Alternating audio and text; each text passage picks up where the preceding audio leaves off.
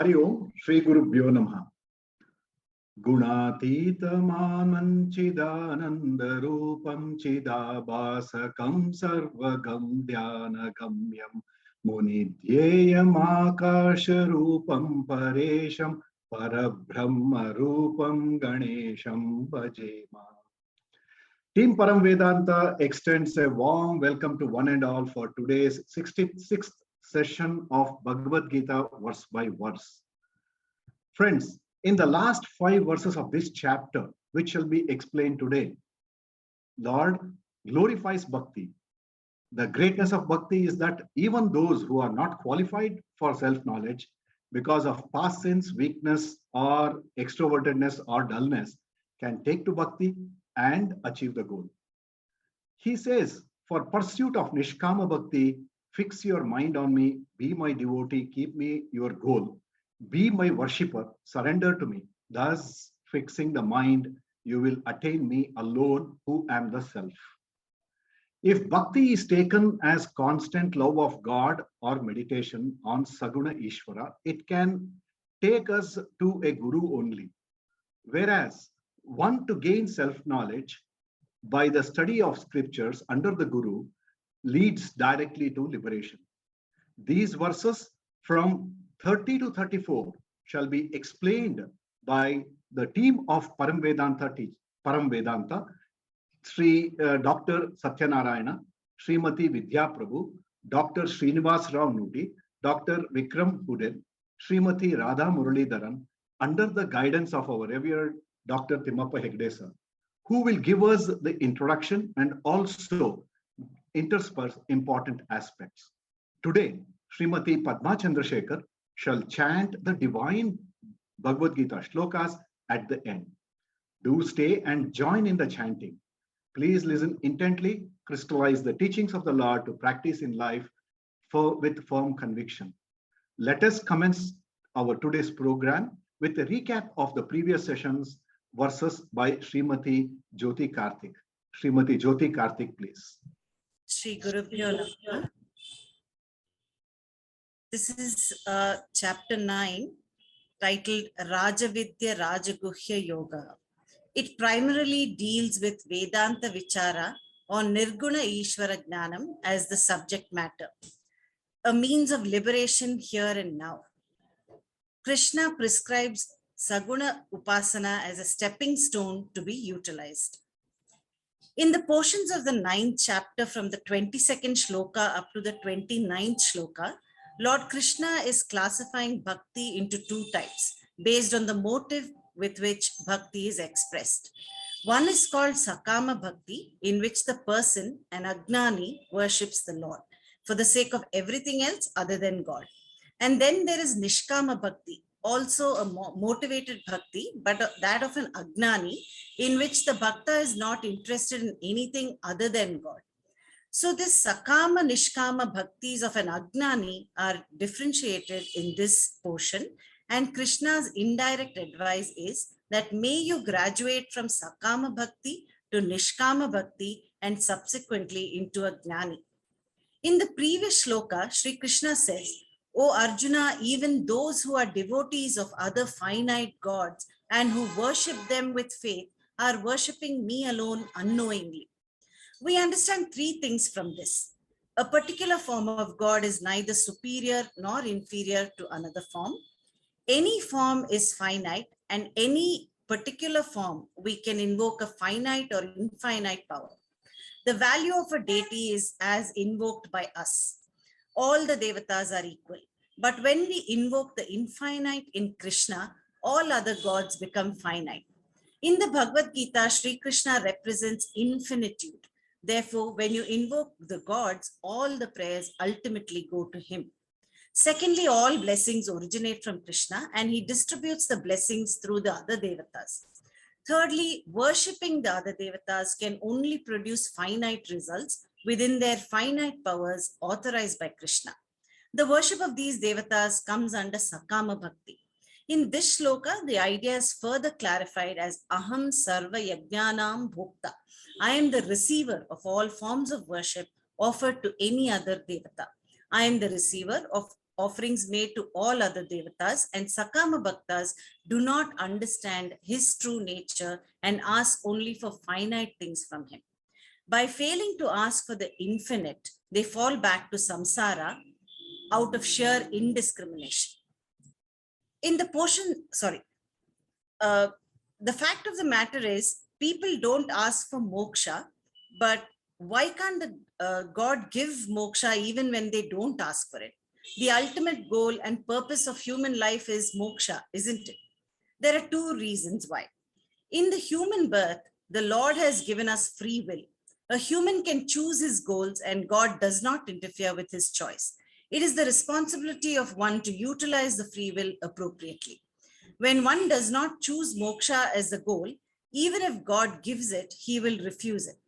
In a transaction, there is a giver and a taker. He cannot give you unless you're willing to receive it. This shloka explains that the worshippers of the devatas go to them and receive finite results. Worshippers of ancestors will go to Pitraloka and get those benefits. Worshippers of Bhutaganas, cremation grounds, will get the tamasic goals that they seek. Only those who worship the Lord, the infinite, will attain him or moksha. Next slide, please. Our scriptures prescribe rituals for both Sakama and Nishkama Bhakti. Depending on the results we want to achieve, Sakama, there are rigorous rules and regulations to perform the rituals. We believe that the higher the results, the more complicated the rituals are, and that the effort, including money spent, is proportional to the result or benefit. However, Krishna says here that when you want the highest result, the puja is the least complicated. In Nishkama Bhakti, all rules are loosened. A bhakta can offer anything without a precondition, a leaf, a flower, a fruit, or even a spoonful of water. The only condition is that it must be offered with Nishkama Bhakti. Such a person is one of purified mind, devoid of material desires. Krishna says that he accepts that offering even though it is simple because it is offered with love for him. Any action that you perform, do it as an offering to the Lord and it will become a puja. All acts of perception and our reactions to the perceived, whether at a physical, mental, or intellectual levels, make them a devout offering unto him. This shloka provides us again with an efficient and secret method by which seekers are unconsciously made to remember the Supreme constantly, not in the deep jungles or in the secret caves, but right here in the field of life's contentions. Whatever you eat, offer it to the Lord. It is called Pranagnihotra. Dedicate all offerings, Nitya Karma such as Sandhya Vandanam, to him. Invoke his name when you contribute to charity. Dedicate any austerity to him. Convert the austerity to Upavasa. This is the Nishkama Bhakti that will lead to liberation. When all activities are performed in the spirit of offering, not only our love for the Lord increases, but also our entire life becomes sanctified with a noble purpose and divine aim. Sakama Bhakti for material benefit is not forbidden, but it causes spiritual stagnation. Actions motivated by legitimate desires, Kamya Karma, must be reduced gradually. These should be replaced by Nishkamya Karma, that is conducive to spiritual growth. Nishkama Bhakti also has desire, but is spiritual in nature. As a Karta, Nishkama Bhakta performs actions as Ishvara Arpana, and as Bhokta, he receives fruits as Ishvara Prasada. Therefore, Karma Yoga is identical to Nishkama Bhakti. From the point of action, it is called Karma Yoga, and from the point of attitude, it is called Nishkama Bhakti. A Nishkama Bhakta is both a sannyasi or a Karma Yogi and a yogi. Although he is performing karma, a Karma Yogi is referred to as a sannyasi here because he has renounced his materialistic desires.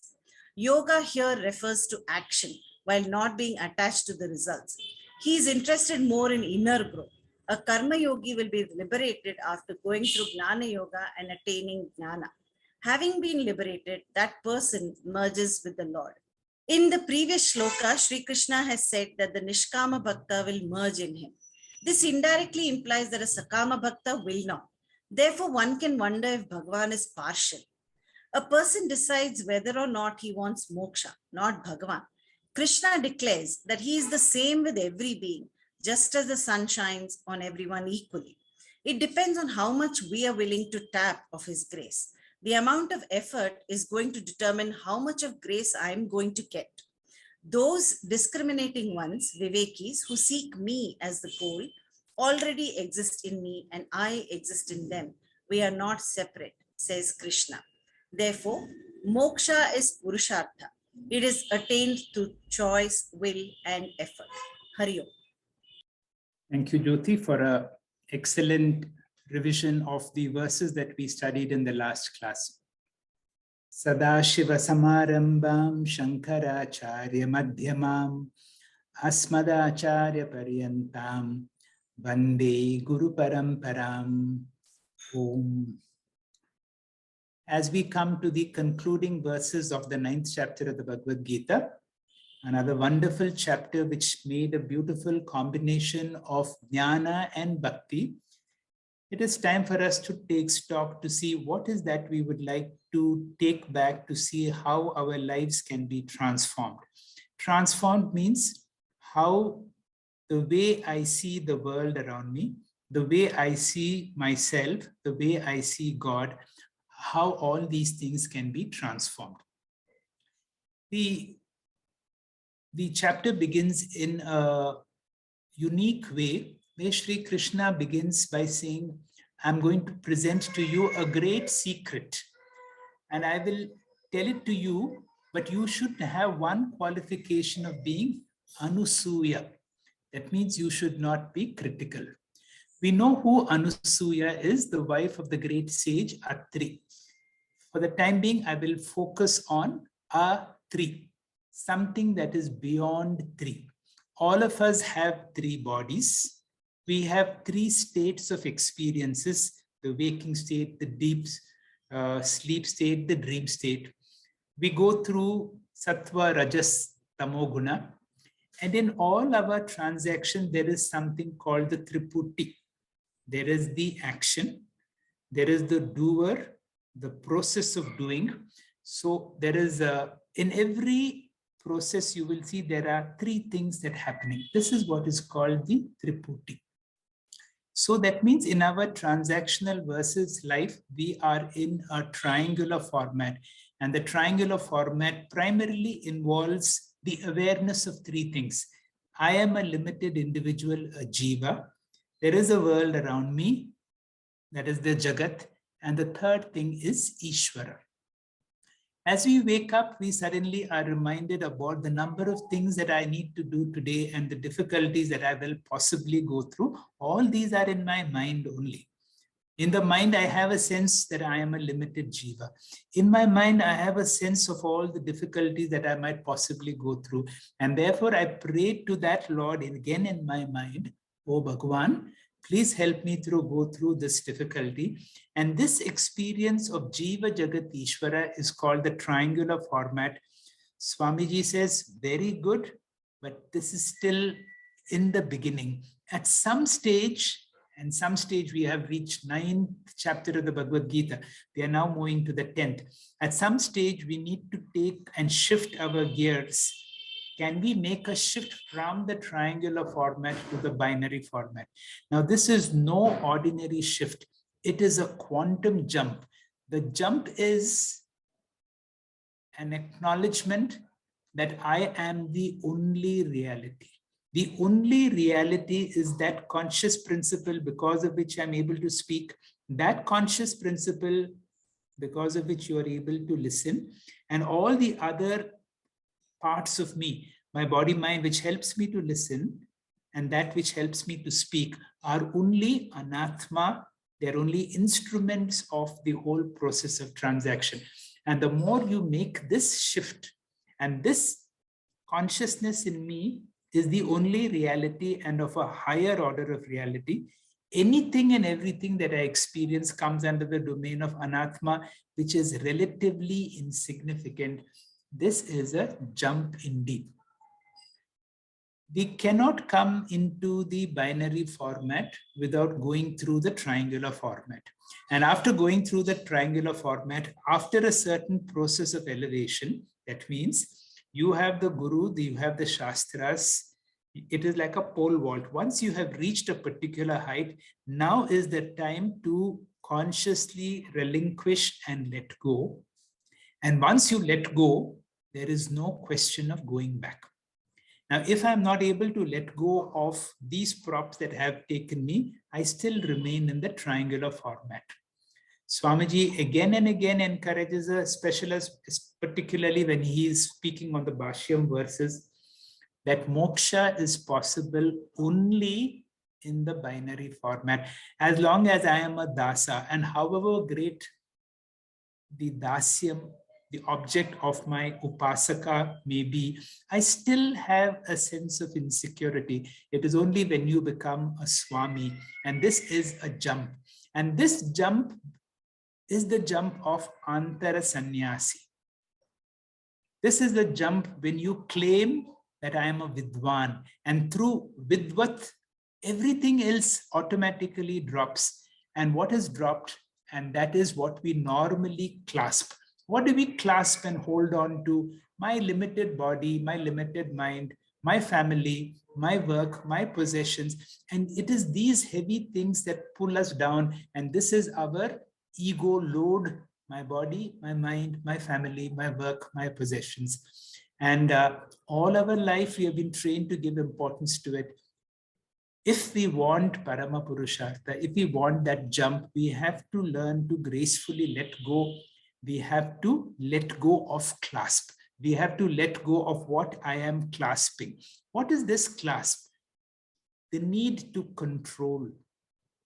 Ego comes from the need to control. And whenever people need to seek permission to do anything, you will see it is the ego that is functioning in me. Second is anxiety. All these five, my body, my mind, my possessions, my family, my work, all these are a source of anxiety. And third, the most difficult for us to come to terms is about special prayers. What is this special prayer? Special prayers has come to us through the wisdom of Swamiji, and Swamiji can also be referred to as SP, Swami Paramarthananda Ji. And what does he have to say about special prayers? He says, no special prayer. That means if I'm going through some personal difficulty regarding my health, or I'm anxious about something to do with my profession, or with my family, or with my possessions, then what happens? And I pray for it. If I pray, normally it's considered perfectly valid. But if you're moving into the binary format, there is no question of special prayer. SP can also be understood as Sakama Prarthana, what we just discussed in the last. Of course, Nishkama Prarthana is perfectly okay. And that will not come under the domain of SP. Any form of special prayer only strengthens ahankara and mamakara. The Nishkama prayers like Sarve Bhavantu Sukhinaha and two other prayers. Give me the strength to accept thy will. Give me the strength to be strong enough to accept whatever you give. You will see, if you do a psychology of all special prayers, we will see that all our special prayers are only with regarding to things that we have an abhimana. And what do we have? An abhimana, an identification.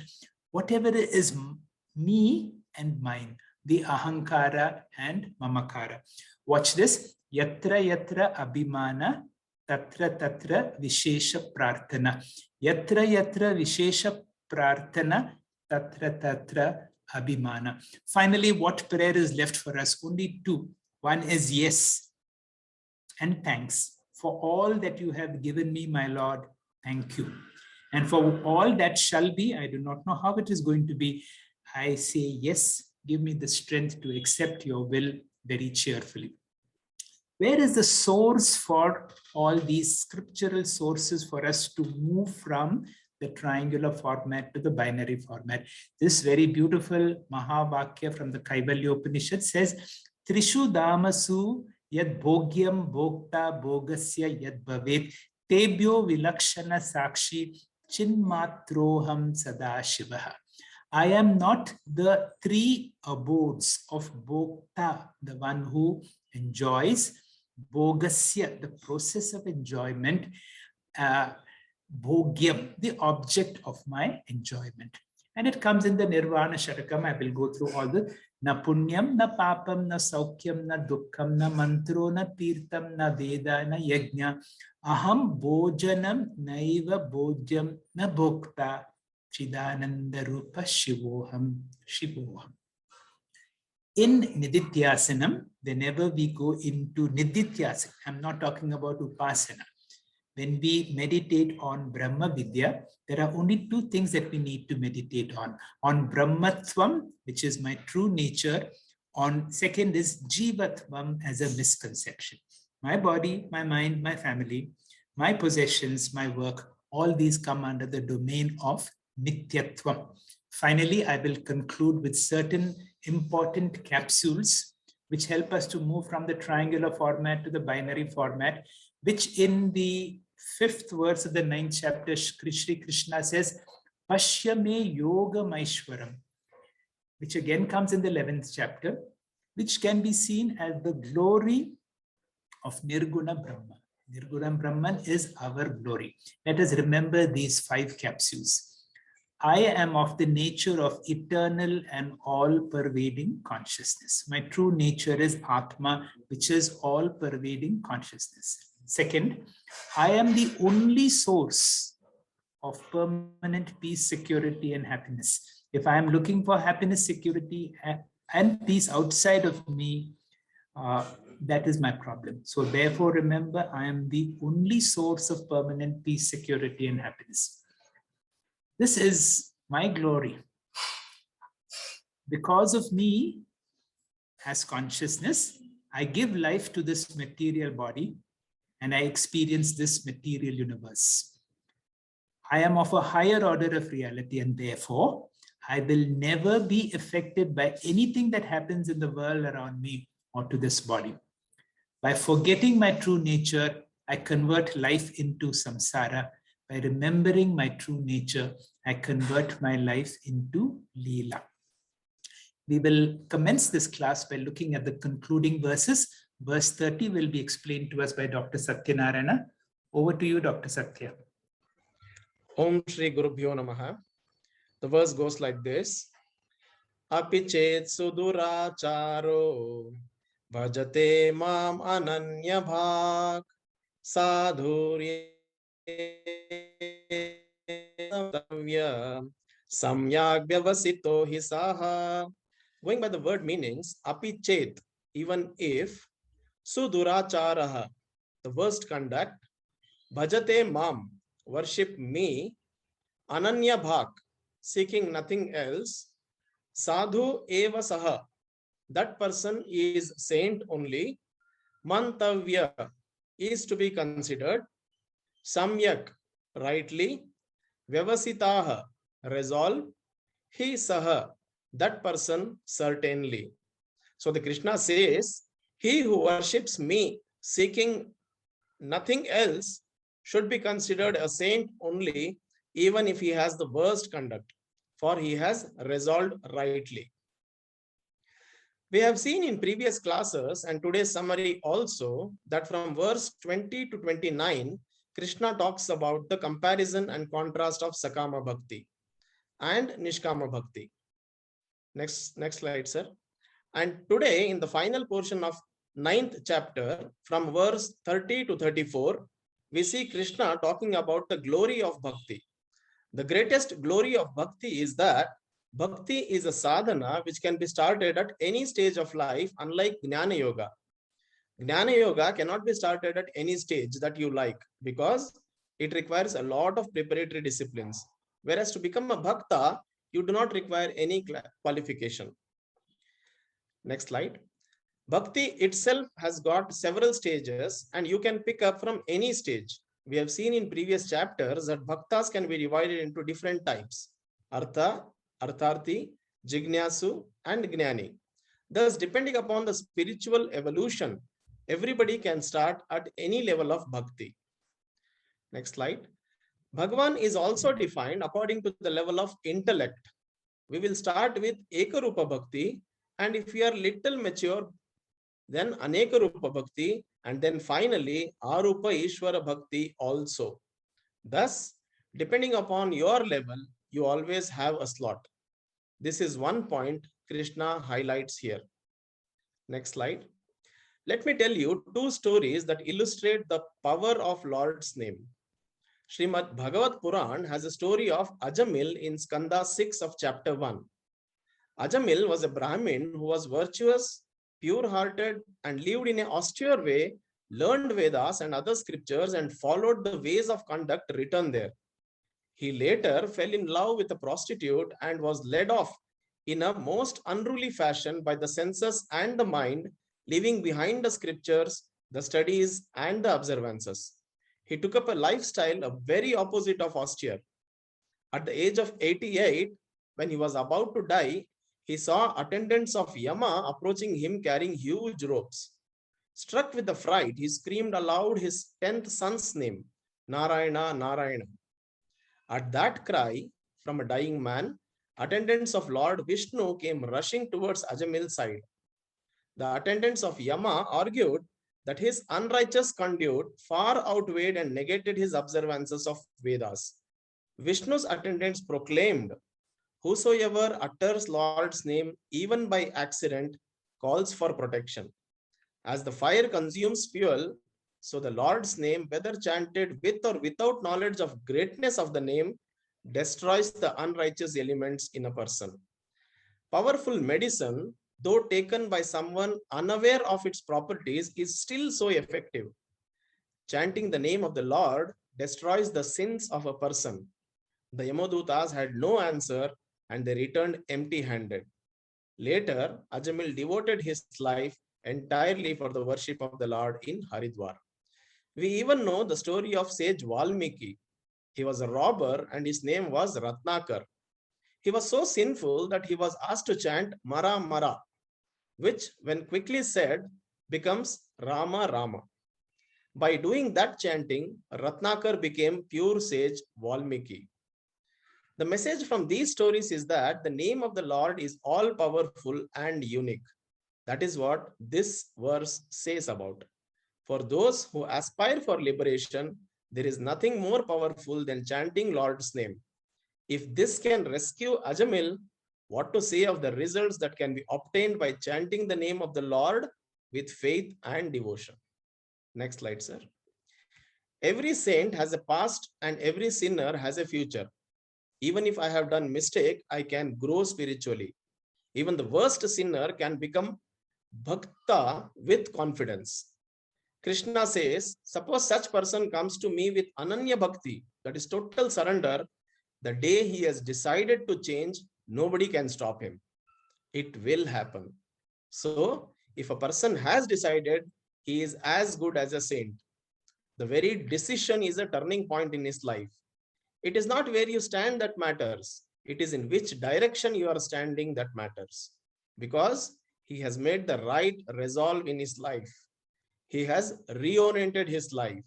He has reshuffled the priorities in his life, and therefore be confident, start bhakti at any level depending on your position. Lord's names are empowered words. This cannot be known by rational thought. It needs to be realized through revelation. Once such person decides to take a right resolve, what will happen to him is going to be said in the next verse. Hari Om. Thank you, Dr. Satyanarayana, for a nice explanation of this verse. Let us see how or what is the impact of this verse in our own life. Api chet, even if somebody has had a very bad character, and bhajate mam, who worships me, ananya, with very sincere devotion to me and to nothing else, such a person can be considered as a sadhu. Look at that. Because now he has changed his path from the path of bad to the path of good. Shri Krishna in the 8th chapter, in response to Arjuna's question, who is this Adi Yajna? And Krishna replies, Aham Eva. That means the Shri Krishna principle is there within all of us, and there is Shri Krishna knows everything about me. And now that I am on the spiritual path, I know more than anybody else that I've had sudurachara. But the moment I make that decision that I am done with it, I have given up. I have taken a 180-degree turn. And this is the turn Sri Krishna is helping us to get to. And in the next few verses, it will help us in the process of making this 180-degree shift. Verse 31, Vidya, please. Om Shri Gurubhyo Namaha. Kshipram bhavati dharmatma shashvachanti nigacchati kaunteya pratijanihi name bhakta pranashyati. Kshipram bhavati dharmatma. Very soon one will become a dharmatma. Shashvachanti nigacchati. He will attain eternal peace. Kaunteya, O Arjuna, pratijanihi, I proclaim, name bhaktaha pranashyati, my devotees will never perish. This shloka is a highly reassuring shloka for all the spiritual seekers. Here, Lord Krishna tells us the various stages that a sincere person who turns to the Lord goes through to attain the ultimate. Saha Shipram Dharmatma Bhavati. He will become a Dharma Pradhana person. So Dharma Atma, Atma here means the mind, means a person whose mind values Dharma more than Artha and Kama. There is a gradual shift from Artha, that is money and entertainment, money or entertainment, which is no more the primary goal for the seeker. He will become more Dharma Pradhana. He grows mature and grows out of this Artha Kama delusion. This does not mean that he should reject them totally, but only thing is, they are not the main attraction for him anymore. Here, Swami Paramarthananda gives the imagery of curd rice and pickle. He says, curd rice is like the dharma and pickle is like the artha and kama. We take pickle for the curd rice and not curd rice for the pickle. So we have to be very careful. Our priority should always be dharma. So the main pursuit in life is dharma, which always stands for values and moksha. Therefore, the word kshipram is used to indicate here that one will slowly grow from, the next slide, doctor, grow from Artha Bhakta to Artharthi Bhakta and then to Jijnasu Bhakta. A Dharmatma is a Jijnasu Bhakta, one who devotes, one who uses devotion for the inner growth is a Jijnasu Bhakta. So here, from Jijnasu Bhakta, the next stage is a natural pace to the Jnani Bhakta. Jijnasu Bhakta means a devotee who is interested in knowing the nature of God. Ishvara Jnana Ichcham Bhaktaha. One's intense desire to know God drives him to the understanding that God is the only source of peace, security, and happiness. God as in religion, Brahman as in spirituality. This sincere desire leads to the study of scriptures, getting into satsanga, just like the bee getting attracted to the blooming flowers. Once one becomes a sadhana chatushtaya sampanna adhikari, shastras will come, guru will come in search of such a seeker. Ideal situations for learning will come, jnanam will come, then one will be converted into a jnani bhakta. Then Krishna says, Shashvat Chanti Nigacchati. The moment one becomes a jnani bhakta, he is a very wise person. Gatashun Gatashuncha Nanu Shochanti Panditaha. He will never worry about anything in life. The worry will just go away from him. Next, Krishna says, Shantim nigacchati. Such a bhakta will attain peace of mind. Shashvat Shantim, eternal peace of mind. Then Lord Krishna gives a promise, a oft-quoted line, Kaunteya pratijanihi. Arjuna, take my promise. The promise is, na me bhaktaha pranashyati. A devotee of the Lord will never have a spiritual fall.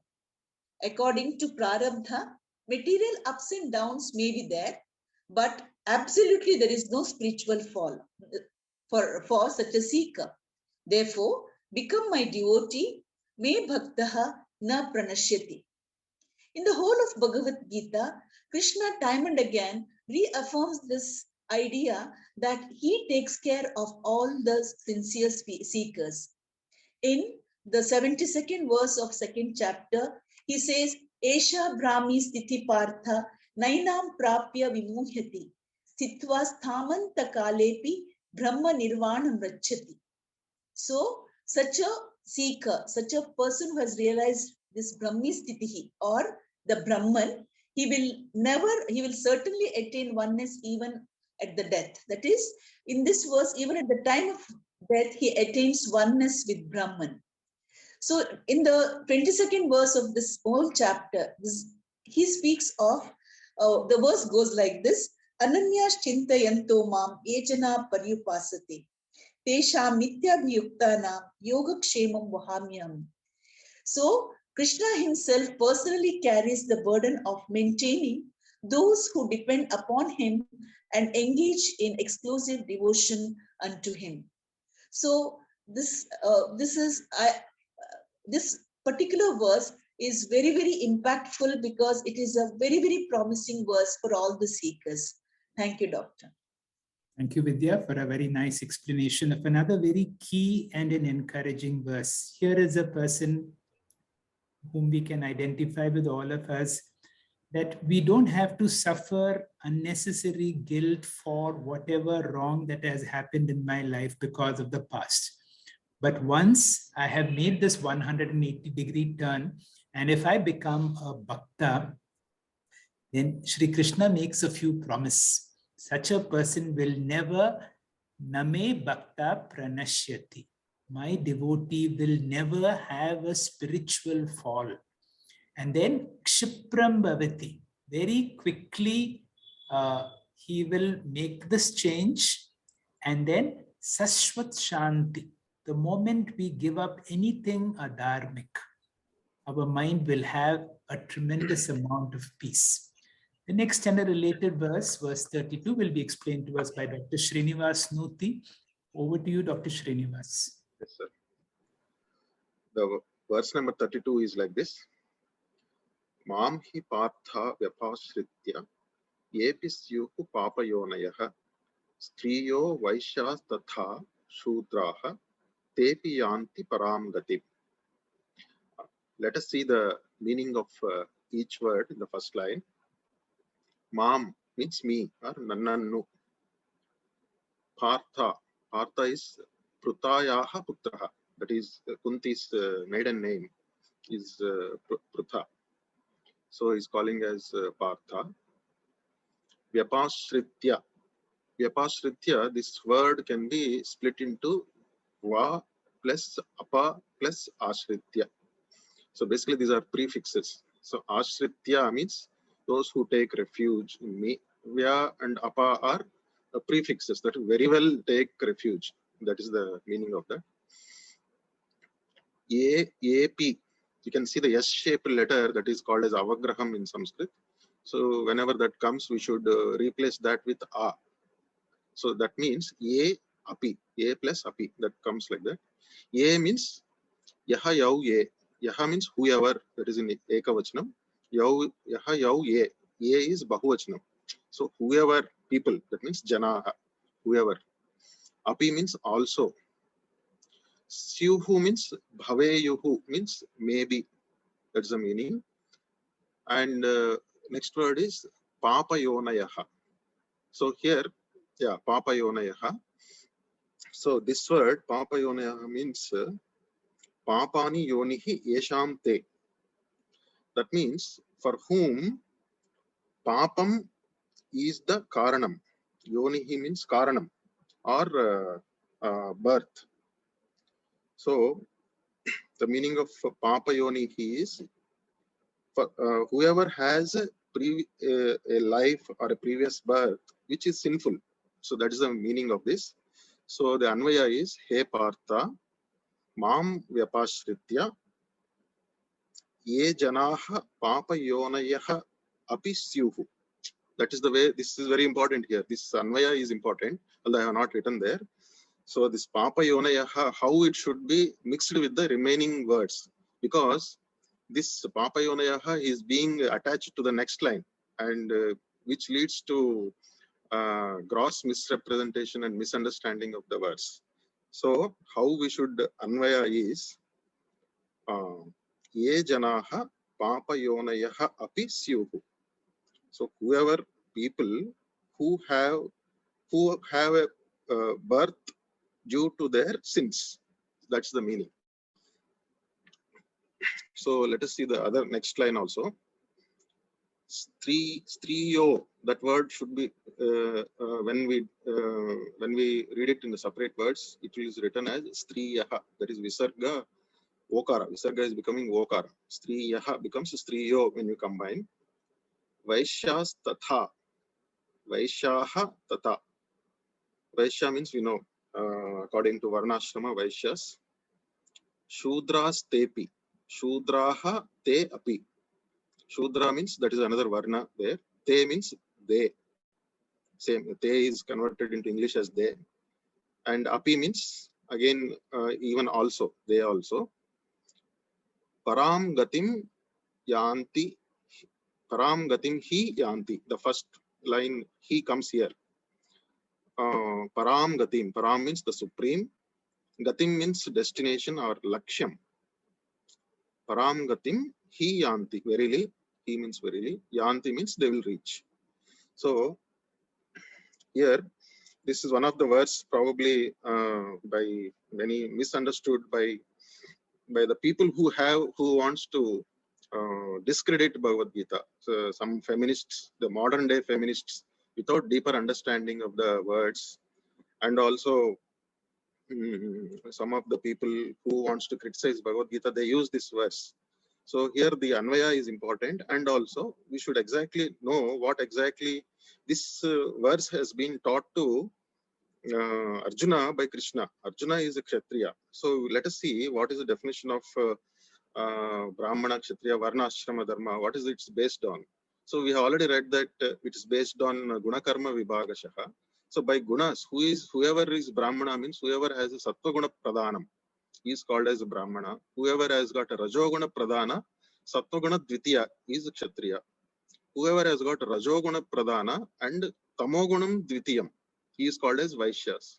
And whoever has got a Tamoguna Pradhanam, that is called as Shudra. This is what, anyway, so this Varna is not based on birth. So this is understood. So here, and also the word birth and death. We know that the words birth and death should be analyzed in 4 different ways. That means every moment birth and death is occurring. Birth and death means Srushti Sthiti Laya. That means the last moment has gone. We are in the present moment, and this moment goes and the next moment comes. So in this way also the Srushti Sthiti Laya happens. The next level is every day we are born. So as soon as we wake up, we are born. So the Jagrat and Swapnavastha is the Sthiti, and the Layam state is the Sushupti Avastha. That is the sleep and the dream state is called Sthiti, and the deep sleep state is the Layam. So this occurs, so birth and death or Srushti Sthiti Laya occurs every day also. So the third level is when our physical body is born, and then we live our life of say probably 60 or to 80 years, and then our physical body dies. This also is a third level. The fourth level is the Kalpantam, when the Pralaya occurs and the whole universe and the whole life is ended. So these 4 levels we need to analyze. So whenever we are analyzing the scriptures, we should analyze them at the level of microcosm level. That is in our body level, because moksha happens at body level. Moksha does not happen at macrocosm level. So moksha happens at microcosm levels, and it is for our own evolvement, these scriptures are told. So when we are analyzing this, we should understand that Striyaha means this includes all the people who have a larger share of deep affection and binding attachments. This is the meaning of Striyaha. That means they may be men or they may be women. Their intellect is overshadowed by their high emotional content. So their intellect is not working properly and they have more attachments towards their emotions. So Vaishyaha means people who have a commercial attitude in their thoughts and actions, ever calculating the profits that they would accumulate. And such a mental attitude cannot evolve through the path of meditation. So always a Brahmana may be a Vaishya if he always thinks that if I go here, I will get more money. So let me do this and not that job. A doctor also may be a Vaishya if he thinks that I will do this surgery because I will get more money. So, and I will not do this surgery because this patient cannot give me more money. So if we think in that attitude, even a doctor becomes Vaishya. So Shudra means a person who has a mental attitude of slumber and slothfulness or more laziness. So this is what is meant by Shudra. So this verse promises that through constant remembrance of the Lord, people who cannot walk the path divine because of psychological or intellectual debilities in them, they will be cured steadily and strengthened by the remembrance of the Lord to follow the meditative path. Sage Vyasa, in sheer kindness, all our rishis and Lord Krishna also, in sheer kindness, has declared that even such men or women or such people with excessive emotions or excessive inclination to profit or excessive laziness, or who did some crime or some wrongdoings in their past life or in the present life, in the past the time which has already been spent, even they are not left behind. They are not left to be doomed. And even those people, if they decide to change their path and with Ananya Bhaktaha, as previous verse has mentioned, so with a single pointed devotedness, if they do the meditation or bhajante or meditation towards me, their mind will become purified and they become eligible to receive the Jnana Yoga. Thank you, sir.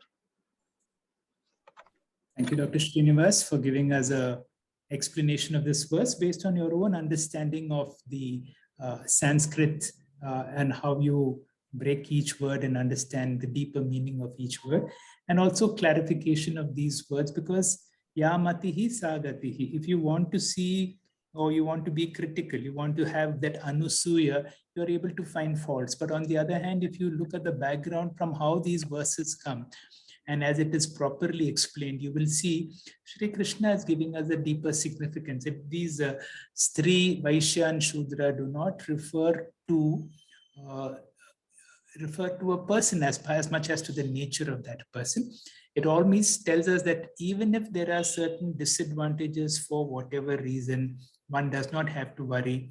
All you need to have a sense of reassurance that this is what is called Atma Kripa.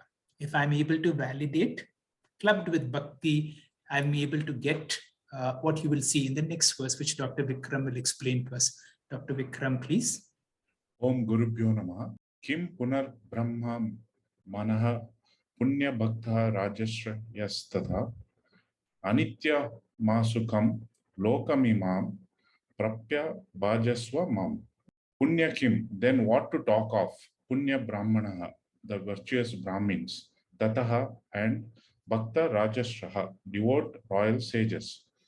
Prapyam Imam, having come to Anityam, this impermanent Asukham Lokam, joyless world, Bhajaswa Mam, worship me. Then what to talk of the virtuous Brahmins and devout royal sages? Having come to this impermanent, joyless world, worship me. So if Guna Sudras and Guna Vaishyas can attain liberation, in spite of their mental inner handicap, what to talk of Guna Brahmana and Guna Kshatriya, who have got advantage from birth? And what is the definition of Guna Brahmana and Guna Kshatriya? Guna Brahmana is Sattva Guna Pradhana. By birth, he is spiritually oriented. There is no craving for Artha Kama. He is a Guna Brahmana because of his Purva Janma Sadhana. Guna Kshatriya is the one who is a Rajasic person, extrovert, all right, but there is a difference between Guna Kshatriya and Guna Vaishya. What is the difference? Guna Kshatriya is selflessly active, whereas Guna Vaishya is selfishly active. A selfish, active person will not grow spiritually. A selfish, active person will spiritually stagnate. He will grow materially because every pie he takes to himself, every pie I earn, I will keep for myself only. Not a single pie dhanam is there. So selfishly active person will get material growth, but he will be spiritually stagnant. Such a person is called Guna Vaishya. But a Guna Kshatriya is also active, but he or she is selflessly active. Therefore, every action contributes to the external world. Therefore, such a person will purify the mind very quickly and his life will become a karma yoga. Guna Vaishya life is karma. Guna Kshatriya's life is guna yoga. Therefore, sooner or later, he will come to Gnanam and attain liberation. And therefore, Guna Brahmana and Guna Kshatriya are advantaged people. Certainly, Bhakti will help with them quicker. Therefore, Krishna asked the question, Kim Punaha, if the disadvantaged people themselves will get benefit, what to talk of advantaged people? So, Punya Brahmana or Brahmana Punyaha, Punyaha means what? Those who are sattvic minded, virtuous, naturally dharmic, and then Rajashraya, and what to talk of Guna Kshatriya. So Rajashraya means Guna Kshatriya, who are also Bhaktaha, who are your devotees. Should I talk about them? I need not talk. They will certainly attain liberation. Therefore, what is the conclusion? Whether you are advantaged or disadvantaged, do not bother. Start bhakti. Therefore, he says, Hey Arjuna, Mam Bhajaswaha. So may you worship me. Even as a Artha Bhakta, it is okay. Start somewhere. May you worship me, and then we may say, I will start after retirement. Now I am too busy. Krishna says, what is the guarantee that you will survive till then? Better do not postpone. Anityam lokam prapya. You may come to, you have come to an Anitya Loka, a world of finitude, a world of mortality. You can never postpone good things. Therefore, start.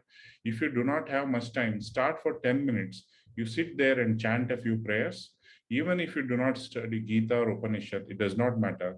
Start with simple prayer. Get up early in the morning, take a bath, and before starting your day, before starting your coffee, you go in front of the Lord and do namaskara and pray for all-round growth, physical, emotional, intellectual, and spiritual. You must start somewhere. 1 minute is enough.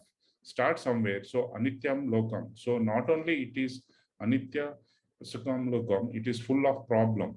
Therefore, do not postpone, because you do not know what all problems will crop up. Health problems may come. If you want to read, eye problems may come. If you want to hear, ear problems may come. We do not know. Therefore, in this fleeting problem-ridden world, the best thing that you can do is spend some time for spirituality. The rest will be taken care of. And Krishna concludes in the 34th verse. Thank you, sir. Thank you, Vikram. That was a very clear message. Clear message for those of us who are the fortunate ones. Krishna says, what about those fortunate ones? Who are those fortunate ones? We have to claim that we are those Danyaha. Manushatvam, Mumukshutvam, Mahapurusha. We have got these three things. We have got this human birth, which allows us this facility of discrimination, how I'm going to spend my life. I know that whatever I do in the material world is not going to give me lasting fulfillment.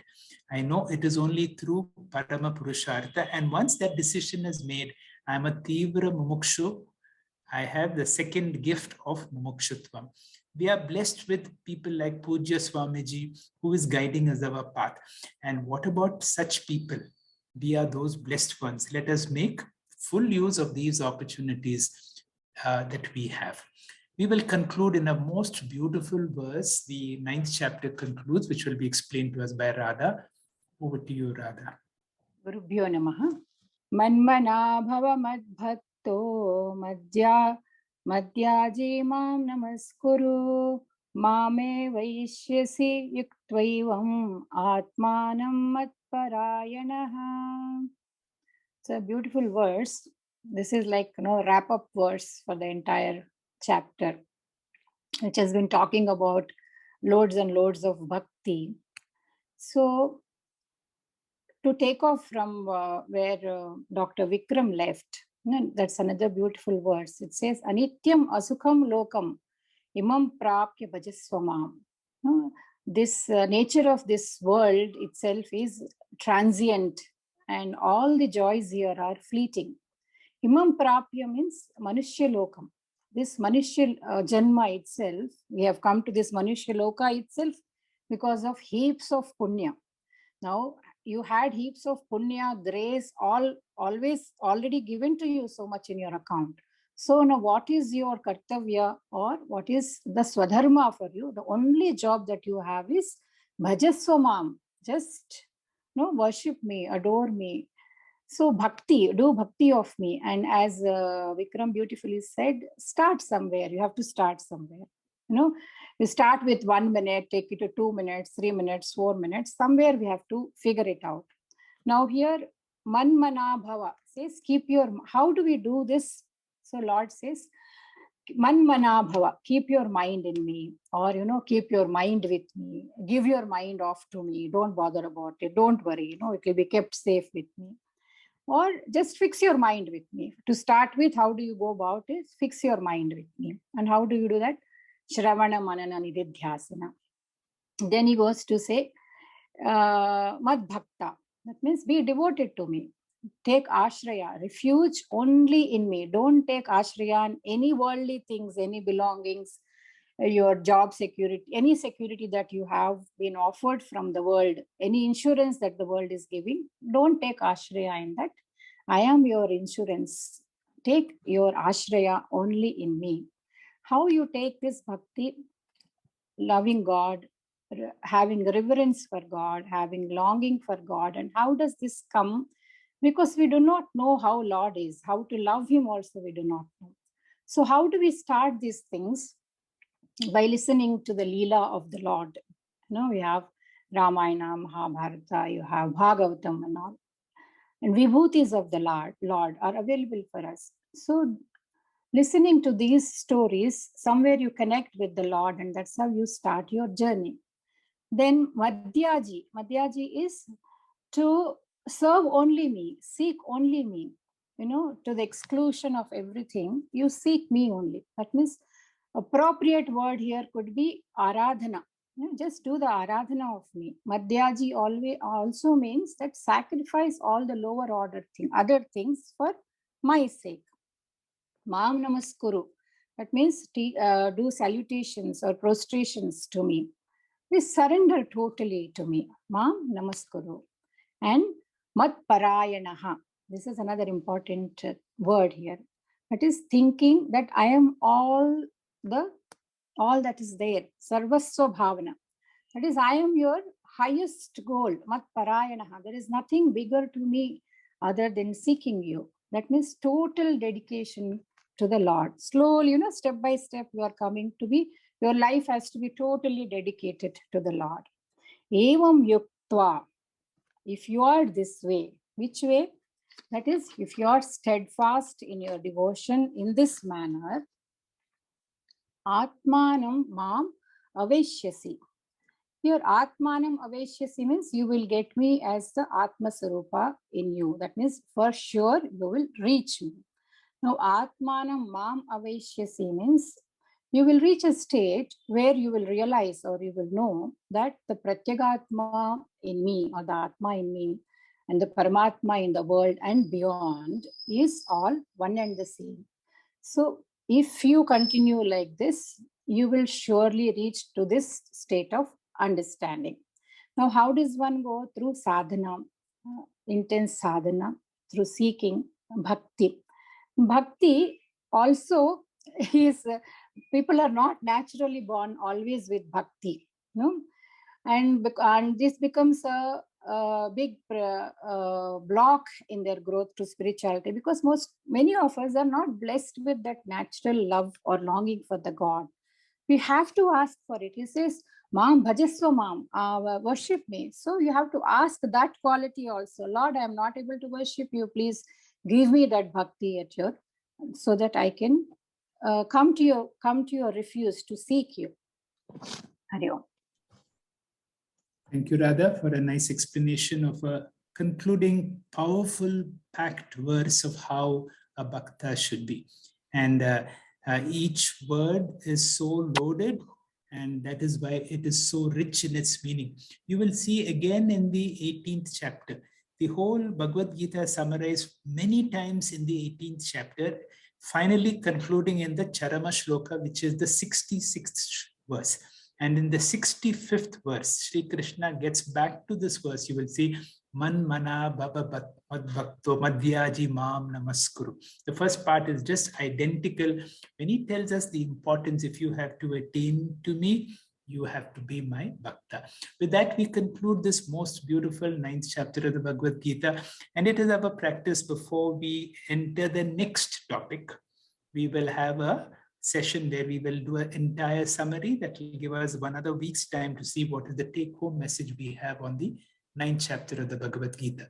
We will listen to these verses chanted by Padma Chandrasekhar. Over to you, Padma. Hari Om, Shri Gurubhyo Namaha.